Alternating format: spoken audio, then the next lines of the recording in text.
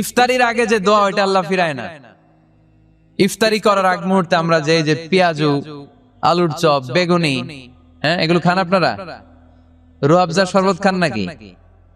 এই যে সাজায় রাখা হয় ডিজাইন করে, এইগুলো রেখে যখন দোয়া করেন এই দোয়াটা আল্লাহ শোনে খুব। আল্লাহ বলে, কিরে ফেরেশতারা ঘটনা কি, এত খাবার কেন? আল্লাহ রোজা রাখছে। কি চায়? আল্লাহ ক্ষমা চায়। তো খায় না যে তৃষ্ণার, তো আল্লাহ আপনার ভয়। আমারা দেখছে না, আল্লাহ আপনারা দেখে নাই। জান্নাত দেখে নাই, আমার জাহান্নাম দেখেছে আল্লাহ কিন্তু জানে। তারপরে ফেরেশতাদের মুখ থেকে বের করা হবে। সুবহানাল্লাহ পড়েন।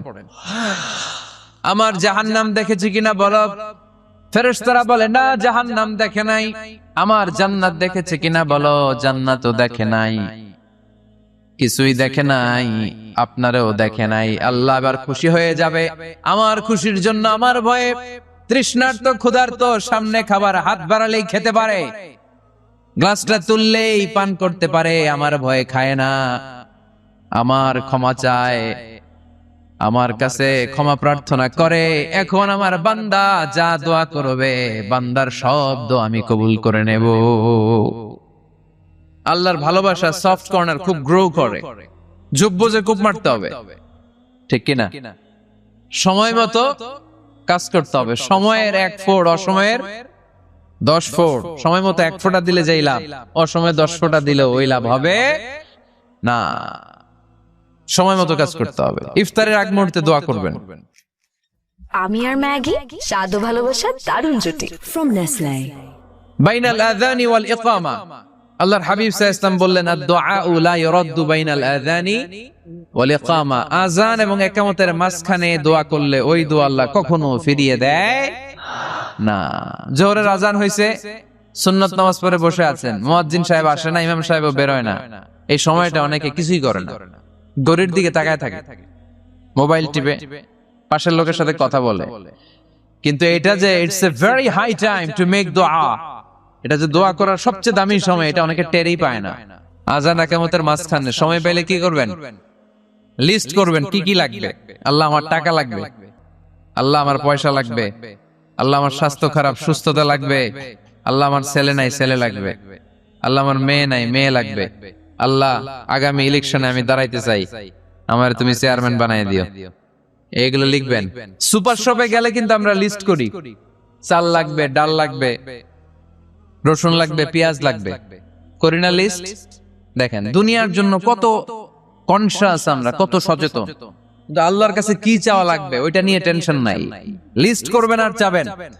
এরপর আল্লাহর হাবিব বললেন, দুবুরাস সালাওয়াতিল মাকতুবা, প্রত্যেক ফরজ সালাতের পরে আমরা যে আল্লাহর কাছে দোয়া করি, ওই দোয়া কবুল করে কে?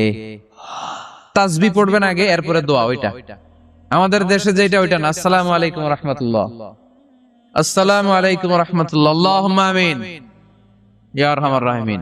হাসান, এরকম একটা দোয়া আল্লাহর হাবিব কিন্তু এরকম করতেন না, সাহাবারা করতেন না। ওনারা বসে বসে তাসবিহ পড়তেন লম্বা সময়। তাসবিহ পড়ে এরপরে দোয়া করেন, কবুল হবে। আয়াতুল কুরসি পড়বেন, কবুল করে নেবে কে? মান ক্বারা আয়াতুল কুরসি দুবুরা কুল্লি সালাওয়াতিন মাকতুবা লাম ইয়ামনাহু মিন দুখুলিল জান্নাতি ইল্লাল মাউত। প্রত্যেক ফরজ সালাতের পরে যে একবার করে আয়াতুল কুরসি পড়ে, তার জান্নাতে ঢোকার ক্ষেত্রে আর কোনো বাধা নাই। একটা জিনিস ছাড়া, মরণ। মরে না তাই জান্নাতে যায় না, মরলেই জান্নাতি। ইয়া রাহিম, ইয়া গফুর, ইয়া গফফার, ইয়া সত্তার, ইয়া জব্বার। দোয়ার শুরুতে এই নামগুলো ধরে ধরে যদি আবেগ নিয়ে, ভালোবাসা নিয়ে আল্লাহরে ডাকেন, দোয়া কবুল করে নিবে কে? এই দোয়ার মাঝখানে যদি 1 ফোঁটা চোখের পানি ফেলতে পারেন, কবুল হবে? কবুল করবে কে? চোখের পানি ফেলবার চেষ্টা করবেন। নিজেকে যত ছোট করে আল্লাহর কাছে উপস্থাপন করা যায়, যত ছোট করা যায় নিজেকে। আল্লাহর হাবিব সাল্লাল্লাহু আলাইহি ওয়াসাল্লাম মহাবিশ্বের শ্রেষ্ঠতম মানুষ, তিনি দোয়ার সময় আল্লাহরে বলতেন, আল্লাহুম্মা ইন্নী আবদুক, আল্লাহ আমি আপনার দাস, আমি আপনার গোলাম। ওয়াবনু আবদিক, গোলামের ঘরের গোলাম। ওয়াবনু আমাতিক, দাসীর ঘরের গোলাম, বান্দির ঘরের গোলাম। আমার বাবা আব্দুল্লাহ আপনার গোলাম, আমার মা আমেনা আপনার দাসী। সুবহানাল্লাহ পড়বেন না? কিভাবে নিজেকে ছোট করতে হয় আল্লাহর হাবিব সাল্লাল্লাহু আলাইহি ওয়াসাল্লাম ছোট করতেন। গুনার কথাগুলো স্মরণ করবেন, আল্লাহরে বলবেন, আল্লাহ আমি ছাড়া তোমার অনেক বান্দা আছে, কিন্তু তুমি ছাড়া আমার আর কেউ নাই, ঠিক কিনা? এইভাবে যত ছোট করে নিজেকে উপস্থাপন করা যায় দোয়াতে, এই দোয়া কবুল করে নেবে কে? এরপরে সম্মিলিত যদি দোয়া হয়, যিনি দোয়া করবেন তার প্রতিটা দোয়ার পরে আমিন বলা সুন্নাহ। যদি কেউ দোয়া করে রব্বানা আতিনা ফিদ দুনিয়া হাসানা ওয়া ফিল আখিরাতি হাসানা ওয়া কিনা আযাবান নার, তখন সবাই কি বলবেন? এই পদ্ধতিতে যদি আপনি দোয়া করেন, আল্লাহর কাছে প্রার্থনা করেন আর ফরিয়াদ করেন, আপনার দোয়া কবুল করবে কে? যখনই দোয়া করেন আপনার ডাকগুলো শোনে কে? তারপরেও বিশেষ কিছু সময় আছে, বিশেষ কিছু মুহূর্ত আছে, ওই মুহূর্তগুলোতে দোয়া করলে দোয়া কবুল করে কে? এর মধ্যে একটা মুহূর্ত হলো তাহাজ্জুদের মুহূর্ত। কিসের মুহূর্ত? তাহাজ্জুদ পড়েন তো আপনারা? হ্যাঁ, এখন আওয়াজ নাই গলায়। করি? ফজরের নামাজই পড়তে পারি না হুজুর, তাহাজ্জুদ কেমনে পড়বো? ومن الليل فتهجد به نافلة لك عسى أن يبعثك ربك مقاما محمودا। এটা এমন নামাজ, এই নামাজের পরে দোয়া করলে কবুল করবে কে? ওই মুহূর্তে আল্লাহ প্রথম আকাশে মনোনিবেশ করেন, ডাকতে থাকে কার কি লাগবে চাও, টাকা লাগবে টাকা দেব, সম্পদ চাও সম্পদ দেব, সম্মান চাও সম্মান দেব, বউ লাগলে বউ দেব। আছে না নাই? লাগবে না? এদিকে তো বেশিরভাগ অবিবাহিত মনে হচ্ছে। বিয়ে করো নাই কারা কারা দেখি? পাইছে, সবার তো বউ লাগবে দেখা যায়। আল্লাহর কাছে চাইবা, দিবে কে?